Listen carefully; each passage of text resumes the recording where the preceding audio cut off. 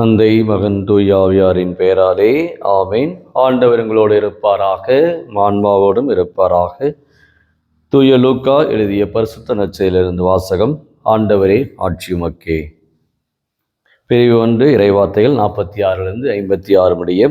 மரியா கூறியது: ஆண்டவரை எனது உள்ளம் போற்றி பெருமைப்படுத்துகின்றது. என் மீட்பராம் கடவுளை நினைத்து என் இதயம் களிகூறுகின்றது. ஏனவர் தம் அடிமையின் தாழ்நிலையை கண்ணோக்கினார். இது முதல் எல்லா தலைமுறையும் என்னை பேர் பெற்றோர் என்பர். என் வல்லவராம் கடவுள் எனக்கு அரும்பெரும் செயல்கள் பல செய்துள்ளார். தூயவர் என்பதே அவரது பெயர். அவருக்கு அஞ்சி நடப்போருக்கு தலைமுறை தலைமுறையாய் அவர் இரக்கம் காட்டி வருகிறார். அவர் தம் தோல் வலிமையை காட்டியுள்ளார். உள்ளத்தில் செருக்குடன் சிந்திப்போரை சிதறடித்து வருகிறார். வலியோரை அரியணைந்து தூக்கி எறிந்துள்ளார். தாழ்நிலையில் இருப்போரை உயர்த்துகிறார். பசித்தோரை நலன்களால் நிரப்பியுள்ளார். செல்வரை வெறுங்கையாய் அனுப்பிவிடுகிறார். மூதாதையருக்கு உரைத்தபடியே அவர் அபிரகாமையும் அவர் தம் அழிவரவனரையும் என்றென்றும் இரக்கத்தோடு நினைவில் கொண்டுள்ளார். ஊழியராகிய இஸ்ரவேலுக்கு துணையாக இருந்து இரக்கத்தோடு தன்னுடைய வாழ்நாளிலே கடவுள் அருளையும் இரக்கத்தையும் தருகின்றார். மரியா ஏறக்குறைய 3 மாதம் எலிசபெத்தோடு தங்கியிருந்த பின்பு தம் வீடு திரும்பினார். இது வாழ்வு தரும் கிறிஸ்துவின் நற்செய்தி. கிறிஸ்துவே உமக்கு புகழ். இறையேசுவில் பிரியமான சகோதர சகோதரிகளே, திருவருகை காலத்துடைய 4ஆம் வாரத்திலே டிசம்பர் மாதத்துடைய 22ஆம் நாளாக இன்று தாயாம் திருவையானது புனித பிரான்சிஸ் சேவியர் கம்பினி என்ற புனிதரை நினைவு கூறுகின்றது. இவர் லொம்பாடியிலே பிறந்தவர். குடும்பத்திலே 13வது குழந்தையாக இவர் பிறக்கின்றார். சிறு வயதிலேயே இறை அன்பிலும் பிறரன்புக்கு சான்று பகர்கின்றார். சிறு வயதிலேயே மிகுந்த கனிவிரக்கத்தோடு வாழ்கின்றார். ஏழை எளியர் மத்தியிலே மிகுந்த அக்கறை கொண்டுள்ளவராக தன் வாழ்நாளிலே அருமையான ஒரு துறவர அந்த மடத்திலே தன் வாழ்நாளிலே எப்பொழுதுமே கடவுளை மையப்படுத்தி அந்த வாழ்விலே ஜபத்திலும் தவத்திலும் புண்ணிய வாழ்விலும் கடவுளுடைய இந்த இரக்கத்தை பெற்றவராக வாழ்கின்றார். இந்த புனித பிரான்சிஸ் சேவியர் கம்பினி பல பணிகளை சமூகத்துக்காக ஆற்றியிருக்கின்றார். இவருடைய வாழ்விலே பல்வேறு அனாதை இல்லங்களை கட்டி எழுப்பியிருக்கின்றார். ஏறக்குறைய 67 அந்த மடங்களை நிறுவனங்களை கட்டி எழுப்பியிருக்கிறார் என்று சொல்லப்படுகின்றது. அந்த அளவுக்கு ஏழை எளியோர் நலனிலே மிகுந்த அக்கறையோடும் பாசத்தோடும் வாழ்ந்தவர் தான் இந்த பிரான்சிஸ் சேவியர் கம்பினி. இவருடைய நாளிலே ஆண்டவரை போற்றுவோம். ஆண்டவர் அருமையான இந்த நற்செய்தி பகுதியை இன்றைக்கு நமக்கு குறிப்பிடுகின்றார். அன்னை மரியாளுடைய புகழ்ச்சி பாடலை நாம் பார்க்கின்றோம். அன்னை மரியாள் கடவுளுடைய இந்த வல்ல செயல்களுக்கு நன்றி கூறுகின்றாள்.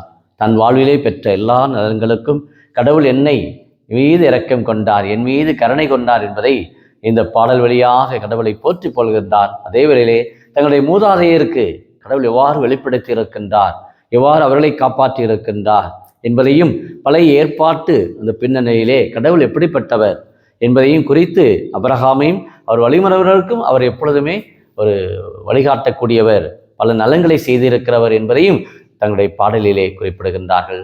அந்த அளவுக்கு நாம் பார்க்கிற பொழுது கடவுள் எப்பொழுதுமே நம் சார்பாக இருக்கின்றார்.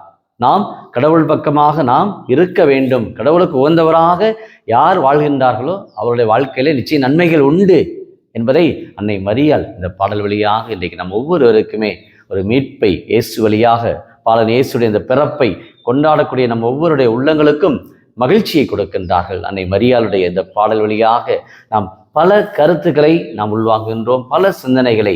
கடவுள் மேன்மை மிக்கவர், கடவுள் வலிமை மிக்கவர், கடவுள் ஏழைகள் சார்பாக, சாதாரண மக்கள் சார்பாக, ஒடுக்கப்பட்டவருடைய சார்பாக கடவுள் தங்களுடைய நிலைப்பாட்டை எடுக்கின்றார் என்பதை ஆணித்தரமாக அன்னை மரியாள் பாடலில் அருமையாக குறிப்பிடுகிறார். வலியோரை அரியணைந்து தூக்கி எறிந்துள்ளார். தாழ்நிலையில் இருப்போரை கடவுள் உயர்த்துகின்றார். நிறைய பேர் வாழ்விலே அந்த தாழ்ச்சி என்ற புண்ணியத்திலே இன்னைக்கு நிறைய பேர் இருப்பதில்லை. காரணம், எப்பொழுதுமே தன்னை உயர்வாக நாம் காட்டிக்கொள்கின்றோம். அப்படி அல்ல, மாறாக அந்த தாழ்ச்சி என்ற புண்ணியத்திலே கடவுள் நம்மை நிச்சயம் உயர்த்துவார். இதோ ஆண்டவருடைய அடிமை, உம்முடைய விருப்பப்படியே எனக்கு ஆகட்டும் என்று அன்னை மரியாள் சொன்னதனால், கடவுளுடைய திருவுளத்துக்கு பணிந்து நடந்ததனால் இன்றைக்கு ஆண்டவர் அன்னை மரியாள் வாழ்விலே அநேக கொடைகளை வரங்களை கொடுத்து ஆசீர்வதிக்கிறார் என்பதை நன்றி பெருக்கோடு திருப்பாடல் 138 வாசிக்கிற ஆண்டவரே, நான் முழுமனதோடு உமக்கு நான் நன்றி செலுத்துகிறேன் என்று சொல்லக்கூடிய அளவுக்கு கடவுளுக்கு நன்றி சொல்ல வேண்டும். இந்த வருடத்துடைய இந்த இறுதி நாட்களிலே நாம் இருக்கின்றோம். 2025 இந்த யூபிலி ஆண்டிலே எல்லோருமே கடவுளுக்கு நன்றி சொல்ல வேண்டும். அதான் இந்த அன்னை மரியாளுடைய இந்த பாடல் வழியாக இந்த முதல் வாசகத்திலே பார்க்கிறோம். 1 சாமுவேல் எடுக்கப்படுகிற சாமுவேலுடைய பிறப்பை குறித்து அன்னா ஆண்டவரை போற்றுகின்றாள் பார்க்கிறோம். நான் விண்ணப்பித்த பொழுது என்னுடைய வேண்டுகோளை நீர் கேட்டருளினீர், ஆகவே நான் அவனை ஆண்டவருக்கு அர்ப்பணிக்கின்றேன், அவர் தன் வாழ்நாள் முழுவதும் ஆண்டவருக்கு அர்ப்பணிக்கப்பட்டவன் என்று சாமுவேலை அர்ப்பணிக்கின்றாள் அண்ணா. அந்த அளவுக்கு கடவுள் மீது கொண்டிருக்கக்கூடிய அந்த பற்று.